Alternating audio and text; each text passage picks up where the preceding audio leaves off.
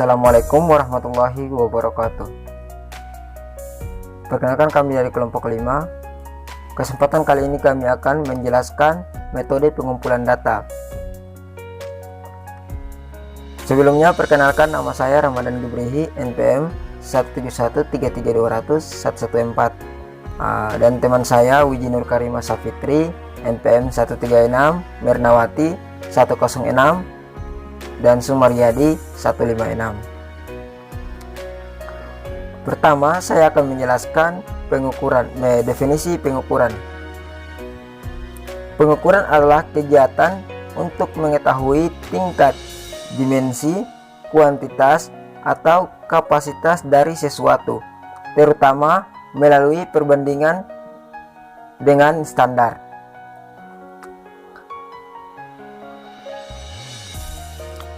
Pengukuran adalah suatu prosedur kuantifikasi di mana penelitian memberikan angka atau simbol dari suatu objek dengan menggunakan aturan tertentu. Pengukuran dalam penelitian terdiri dari memberikan angka-angka pada peristiwa empiris sesuai dengan aturan-aturan tertentu. Definisi ini menyatakan bahwa pengukuran merupakan proses yang terdiri dari 3 bagian. Yang pertama, memilih peristiwa yang akan diamati. Yang kedua, memakai angka atau simbol untuk mewakili aspek-aspek peristiwa tersebut. Yang ketiga, menerapkan aturan pemetaan untuk menghubungkan pengamatan kepada simbol-simbol. Pengukuran dalam penelitian terdiri atas angka yang ditempatkan pada peristiwa empiris, objek atau properti atau atribut, atau aktivitas sesuai dengan serangkaian aturan. Dari definisi tersebut mengimplikasikan bahwa pengukuran merupakan proses dengan 3 bagian. Yang pertama, memilih peristiwa empiris yang dapat diamati. Yang kedua, mengembangkan serangkaian aturan pemetaannya. Yang ketiga, menerapkan aturan pemetaan untuk setiap pengamatan dari peristiwa tersebut. Selanjutnya, apa yang mau diukur dalam penelitian? Nah, dalam penelitian yang diukur adalah objek, yaitu meliputi konsep pengalaman, bisa seperti item-item berwujud. Sebagai contoh, perabotan, deterjen pencucian pakaian, orang, atau mobil. Nah, objek juga meliputi hal-hal tidak konkret seperti geng, sikap, dan tekanan kelompok. Properti atau atribut adalah karakteristik dari objek. Properti sendiri dibedakan menjadi 3 bagian, yaitu ada properti fisik, ada properti psikologi, dan ada juga properti sosial.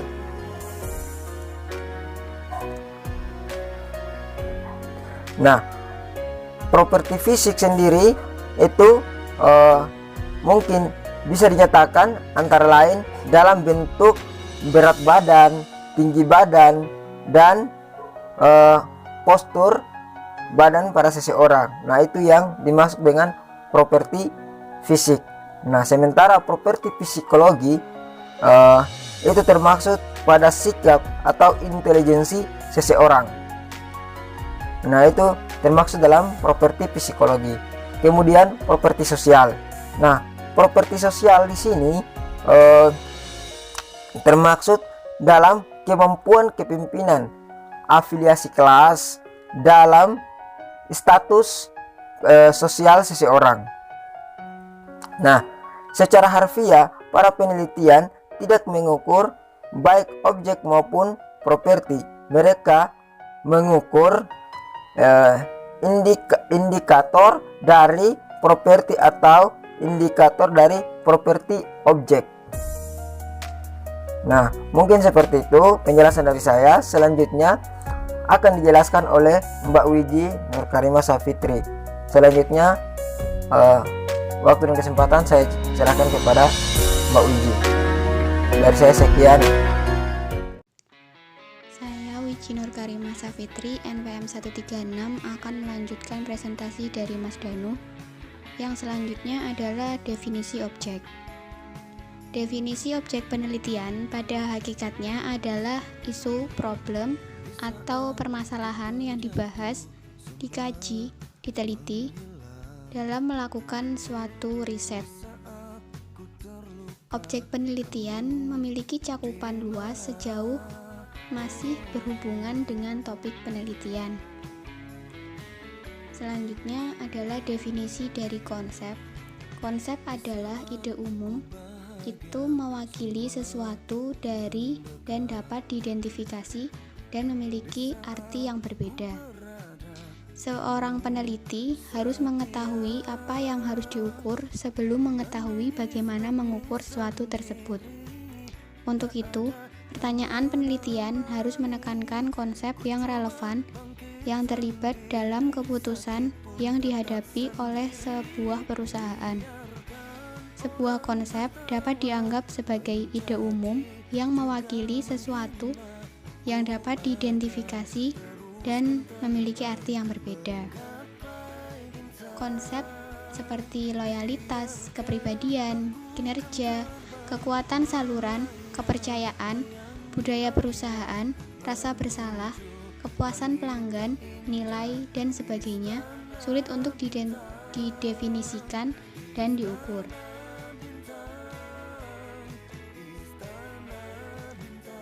Lalu selanjutnya adalah definisi dari konstruk. Konstruk adalah istilah yang digunakan untuk konsep laten yang diukur menggunakan banyak variabel. Secara laten, artinya konsep tersebut tidak dapat diamati secara langsung, dan sebaliknya, kami menyimpulkan nilai dengan menggunakan beberapa indikator seperti item skala individu. Peneliti pemasaran berurusan dengan banyak konstruksi laten yang mewakili konsep seperti kepribadian, gaya hidup, ciri konsumen seperti kesadaran harga, representasi pengalaman termasuk emosi konsumen, dan hasil konsumsi seperti persepsi nilai.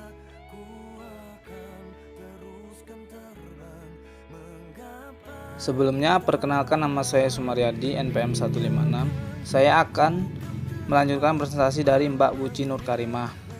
Materi selanjutnya yaitu skala pengukuran, di mana skala pengukuran ini terdapat 4 urutan kekuatan jenis skala, yaitu yang pertama skala nominal, yang kedua skala ordinal, yang ketiga skala interval, yang keempat skala rasio.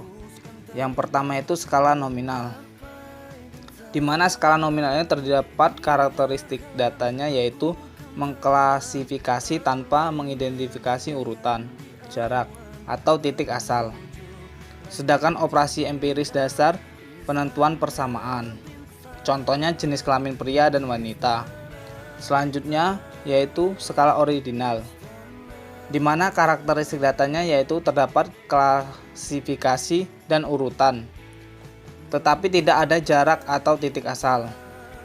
Sedangkan operasi empiris dasar yaitu penentuan nilai lebih besar atau lebih kecil. Contohnya tingkat kematangan daging, yaitu misalkan sangat matang, cukup matang, setengah matang, atau mentah. Selanjutnya jenis skala interval, di mana karakteristik datanya yaitu terdapat klasifikasi urutan dan jarak, tetapi tidak memiliki tingkat asal. Operasi empirisnya yaitu penentuan persamaan interval atau perbedaan. Contohnya derajat temperatur. Yang terakhir yaitu jenis skala rasio, memiliki klasifikasi urutan jarak dan titik asal. Sedangkan operasi empirisnya yaitu penentuan persamaan rasio. Contohnya usia dalam tubuh. Selanjutnya yaitu proses pengukuran. Proses pengukuran tidak lain adalah proses memasuk angka kepada konsep sesuai dengan indikator yang telah dibuat di mana kontinum sudah ditetapkan. Biasanya kita mengatakan bisa mengukur sesuatu yang tidak terlihat berdasarkan kesimpulan dari apa yang bisa diamati dengan mata secara langsung. Dalam ilmu pengetahuan sosial seperti psikolog dan pendidikan, pengukuran atau konsep yang ingin diukur sebelum merupakan hal yang tidak kasat mata atau sesuai yang tersembunyi. Nah, misalkan di sini dalam bidang pendidikan konsep seperti kecerdasan tidaklah dapat diukur dengan hanya mengandalkan tampilan luar. Perlu alat ukur lainnya yang bisa mengungkapkan dan mengukur serta menetapkan dalam rentang yang disepakatinya. Selanjutnya yaitu pemodelan Reich. Ide dasar dari proses pengukuran ini disebut dengan ciri sifat laten, yang tidak lain merupakan konsep utama dari teori respon butir. Penjelasannya adalah walaupun ciri sifat itu tidak bisa diamati, namun interaksinya dengan lingkungan akan munculkan hal itu sebagai indikator yang bisa diobservasi, sehingga digunakan untuk menyimpulkan keberadaan atau ketidakberadaan ciri sifat tadi atau menetapkan dalam satu kontinum. Dalam proses pembuatan Reich ini terdapat proses pengukuran, yaitu di mana proses pengukuran ini terdapat 4 rangkaian. Yang pertama, menentukan dimensi-dimensi variabel penelitian. Yang kedua, menentukan alat ukur yang digunakan. Yang ketiga, menentukan tingkat ukuran. Yang keempat, menguji validasi dan reliabilitas alat ukur. Sebelumnya, perkenalkan nama saya Mirnawati, NPM 103. Saya akan melanjutkan presentasi dari Mas Sumaryadi, yaitu sumber perbedaan pengukuran. Studi yang ideal seharusnya dirancang dan dikendalikan untuk pengukuran variabel yang tepat dan tidak ambigu. Instrumen mungkin menghasilkan perbedaan tafsiran yang tidak tepat dari suatu indikan karena banyak alasan. Hal tersebut mungkin diklasifikasikan berdasarkan sumber-sumber kesalahan. Yang pertama, responden atau partisipan.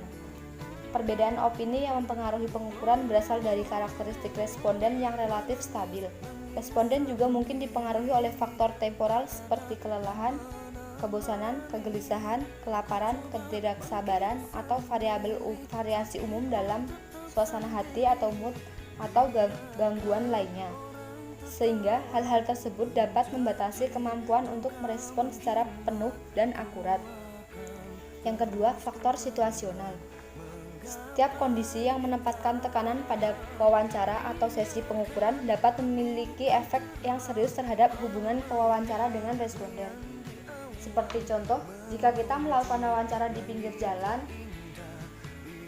atau kita mencegat orang untuk kita mintai wawancara, kemungkinan kita tidak akan dapat respon informasi yang terperinci. Berbeda halnya jika kita melakukan wawancara di rumah, mungkin kita akan mendapatkan respon informasi yang lebih terperinci. Yang ketiga, pengukur.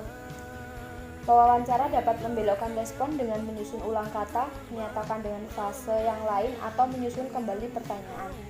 Pemrosesan mekanisme yang ceroboh seperti pencentangan respon yang salah atau tidak dapat mencatat jawaban secara penuh jelas akan mengacaukan temuan. Dalam tahap analisis data, pengkodean yang tidak benar dan penghitungan statistik yang salah akan menimbulkan kesalahan yang lanjut. Yang keempat, instrumen. Instrumen yang rusak dapat menjadi terlalu membingungkan. Pertanyaan yang mengarah, pengertian yang samar, kerusakan mekanisme atau ketidakcukupan ruang untuk menjawab, penghilangan pilihan jawaban, dan cetakan yang buruk dapat menyebabkan kisaran masalah. Materi selanjutnya, karakteristik pengukuran yang baik. Pengukuran yang baik harus memenuhi uji validitas, reliabilitas, dan kepraktisan. Yang pertama, uji validitas. Validitas mengungkapkan tingkat di mana suatu instrumen mengukur apa yang seharusnya diukur untuk membantu peneliti dalam memecahkan masalah penelitian. Terdapat 3 bentuk validitas yang digunakan untuk mengevaluasi skala pengukuran. Yang A. Validitas isi. Validitas isi dari instrumen adalah sejauh mana instrumen menyediakan cakupan pertanyaan penyelidikan yang memadai sebagai panduan studi. Yang B. Validitas berdasarkan kriteria. Validitas berdasarkan kriteria menghubungkan kemampuan kita untuk memprediksi beberapa hasil atau estimasi dari keberadaan beberapa kondisi saat ini. Yang C. Validitas gagasan. Validitas gagasan adalah yang paling kompleks dan abstrak. Suatu ukuran memiliki validitas gagasan hingga tingkat di mana ukuran tersebut mengikuti korelasi yang diprediksi dari proposisi teoritis. Suatu ukuran dapat diandalkan jika ukuran tersebut memberikan hasil yang konsisten. Yang kedua, reliabilitas. Reliabilitas yaitu kontributor yang dibutuhkan untuk validitas. Tetapi suatu alat ukur mungkin dapat diandalkan tanpa menjadi valid. Reliabilitas berhubungan dengan estimasi tingkat di mana pengukuran bebas dari kesalahan acak atau tidak stabil. Terdapat 3 bentuk reliabilitas, yaitu yang A. Stabilitas. Suatu ukuran dikatakan memiliki stabilitas jika Anda mampu mendapatkan hasil yang konsisten dengan pengukuran berulang dari orang yang sama dengan instrumen yang sama pula. Suatu prosedur observasi stabil jika prosedur tersebut memberikan pemahaman yang sama pada orang tertentu ketika diulang satu atau beberapa kali. Yang B. Ekuivalensi. Ekuivalen berkenaan dengan variasi pada satu titik waktu antara pengamat dan sampel item. Cara yang bagus untuk menguji ekuivalen pengukuran dengan pengamat yang berbeda adalah dengan membandingkan skor atau penilaian mereka dari peristiwa yang sama. Yang C. Konsistensi internal. Pendekatan konsistensi internal dalam estimasi reliabilitas dimaksudkan antara lain untuk menghindari permasalahan yang biasanya ditimbulkan oleh pendekatan tes ulang dan pendekatan bentuk paralel. Selanjutnya yang ketiga, kepraktisan. Persyaratan ilmiah dari suatu proyek membutuhkan proses pengukuran yang dapat diandalkan dan valid, sementara persyaratan operasional membutuhkan proses pengukuran yang praktis. Suatu ukuran memiliki nilai praktis untuk penelitian jika bersifat ekonomis, nyaman, dan dapat diinterpretasikan. Sekian yang dapat kami sampaikan. Apabila banyak salahnya kami mohon maaf. Wabillahi taufik wal hidayah. Wassalamualaikum warahmatullahi wabarakatuh.